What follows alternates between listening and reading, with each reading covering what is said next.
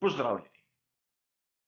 Verjetno ste zasledili izjavo Christiana Hornerja, ki je dejal, da so pri Red Bullu ustavili razvoj letošnjega modela RB19, ker jim je enostavno zmanjkalo časa v vetrovniku. Poglejmo, kaj se skriva v ozadju.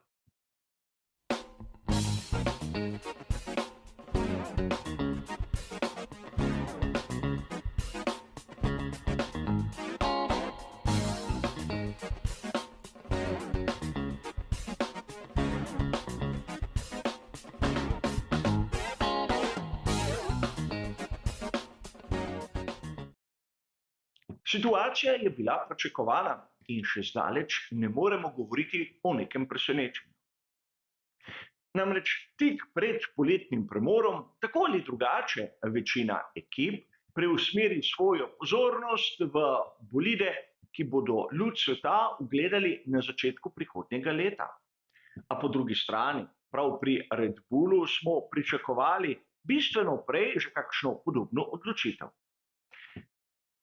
Namreč oni so bili najboljši tako v lanski sezoni, kot so na vrhu lestvice konstruktorjev tudi letos, in poleg tega ne smemo pozabiti na tisto kazen. Namreč imajo 10% manj časa v vetrovniku, ker so v sezoni 2021 prekoračili zgornjo mejo omejitve proračuna. A tu je treba poudariti še nekaj. Namreč mi navdušenci ne smemo tako zlahka verjeti vsem izjavam, ki jih daje Christian Horner. Mnogokrat uporablja kakšen pogojnik, zato ni nujno, da se bo razvoj pri Red Bullu kar tako ustavil. Na veliki nagradi Madžarske smo videli izjemno velik posodobitveni paket. In konec koncev zavedati se moramo tudi nekega dejstva. To, da je razvoj ustavljen, še ne pomeni, da na naslednjih dirkah ne bomo videli tistih paketov, ki so specifični za določeno tipologijo proge. Naprimer, Monza zahteva prav poseben paket, ki je edinstven v celotnem koledarju svetovnega prvenstva Formule 1.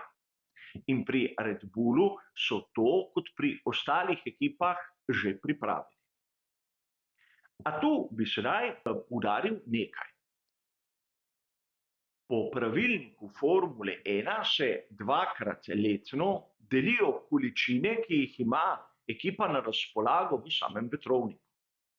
Najprej, na samem začetku koledarskega leta, ko se enostavno pogleda konstruktorsko lestvico, ki je bila v veljavi na koncu prejšnje sezone in seveda dodeli vsaki ekipi tisto količino, ki je predvidena. Namreč svetovni prvak dobi samo 70% predvidenega, drugi 75%, tretji 80% in tako po 5% prav do 10. ekipe, ki dobi več od 100%. Na to je treba počakati 6 mesecev, in nato se zopet po istem ključu razdelijo količine v vetrovniku za drugo polovico leta, ampak po stanju, ki velja tik pred to odločitvijo. A danes se bomo pogovarjali o tem, kako pri Red Bullu so ustavili sam razvoj njihovega bolida. O tem so poročali mnogi viri. Sam bi tu rad navedel članek, ki je bil objavljen na spletnem portalu motorsport.com 24.7. In znano je, da pri Red Bullu so bili konstruktorski prvaki v lanski sezoni in tudi letos so tam zgoraj, zato je njihov štartni koeficient 70, če ga zmanjšamo še za 10%, pomeni 63. Ampak 63% nam navdušencem ne pove pravzaprav nič. In verjamem, da ste mnogi brali članek, ki je bil objavljen na spletnem portalu GP Fans 23.6., kjer so na hitro razložili, zakaj gre. Od teh efektivnih ur v vetrovniku jih ima Red Bull na razpolago le 63%. Mercedes 75%. Aston Martin, ki je na 3. mestu, 80%, Ferrari v tem primeru 85, kar je 10% več od tistega, kar so imeli v prvi polovici leta. Alpine 90 in McLaren 95. Kajti treba je pogledati, na katerem mestu so bile ekipe koncem prve polovice leta, in McLaren je začel svojo formo dvigati praktično na začetku druge polovice leta, zato ker se tiče ur v vetrovniku, so dobili velik bonus. In sedaj lahko začnemo razmišljati, kdo je največ tu pridobil in kdo dobesedno izgubil, ter na koncu še moje osebno mnenje o tistem, kar nekateri morda ne bojo niti izkoristili. Kar se tiče Red Bulla, je seveda situacija jasna. Logično je, da oni z razvojem morajo končati, saj se ne morejo primerjati na primer z ekipo, ki je največ pridobila, in tu govorim o McLarenu. Namreč razlika med Red Bullom in McLarenom je približno 1/3 tistega časa, ki ga lahko porabijo v vetrovniku. In zato pri McLarenu lahko svoj razvoj nekako imajo tudi še v koledarskem letu 2023. In seveda vse tisto, kar bodo dognali letos in kar bo funkcioniralo, bodo lahko uporabljali tudi na bodočem bolidu, ki bo luč sveta ugledal naslednje leto. Pri Red Bullu tega luksuza ne bodo imeli.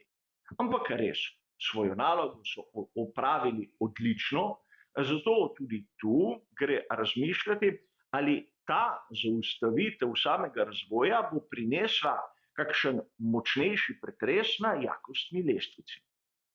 Kar smo govorili, na primer, o Mercedesu, je to, da pravzaprav bodo izgubili 5% tistega, kar so imeli v prvi polovici leta. Pri Aston Martinu bo skok v negativno bistveno večji, kajti razlika na konstruktorski lestvici med lani in letos je več kot očitna. A zanimivo bo videti, kaj bodo napravili pri Ferrariju. V drugi polovici leta imajo 10% več časa na razpolago v vetrovniku, ampak jih bodo izkoristili za popravek na letošnjem bolidu ali bodo celotne ure namenili razvoju onega novega, ki ga bomo videli drugo leto. Težava je v tem, da letošnji model ima določene težave. In pravzaprav bi bilo, po mojem videnju, koristno na progi preizkusiti, ali popravek, nova rešitev deluje ali ne. A verjetno se bo zgodilo tisto, kar so napovedovali mnogi. Tudi pri Ferrariju bodo svoj razvoj dobesedno zamrznili tam po koncu poletnega premora. In ves fond ur, ki jim je namenjen, porabili za tisti nov bolid, ki pa ne bo imel določenih rešitev preizkušenih na sami progi v samem realnem svetu. V situaciji, kot jo vidim sam, zna tu največji korak naprej napraviti prav McLaren. Prve rezultate smo že videli, ampak ker imajo približno tretjino ur več kot Red Bull, bodo lahko ta fond porabili za to, da bodo svoj bolid MCL60 razvili do tiste meje, da bodo lahko to tehnologijo prestavili na tisti model, ki ga bomo spremljali v sezoni 2024, kar je velika, velika prednost. Preizkusiti stvari v realnem svetu je seveda nekaj drugega, kot jih si samo zamisliti in nekako preveriti v vetrovniku. Kolikokrat smo videli, da rezultati vetrovnika na sami progi niso pokazali želenih rezultatov. Ukolikor bi vetrovnik dobesedno dal neke realne odgovore, bi lahko na začetku sezone samo vse ekipe oddale svoje rezultate in takoj bi vedeli, kdo bo svetovni prvak. A na srečo ni tako.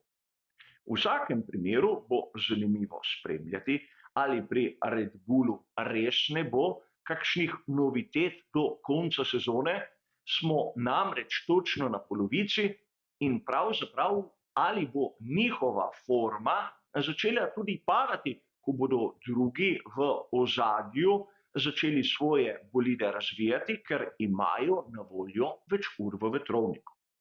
A to bo zadeva, na katero bomo dobili odgovor, seveda v prihodnosti. Za danes pa hvala za vašo pozornost in nasvidenje.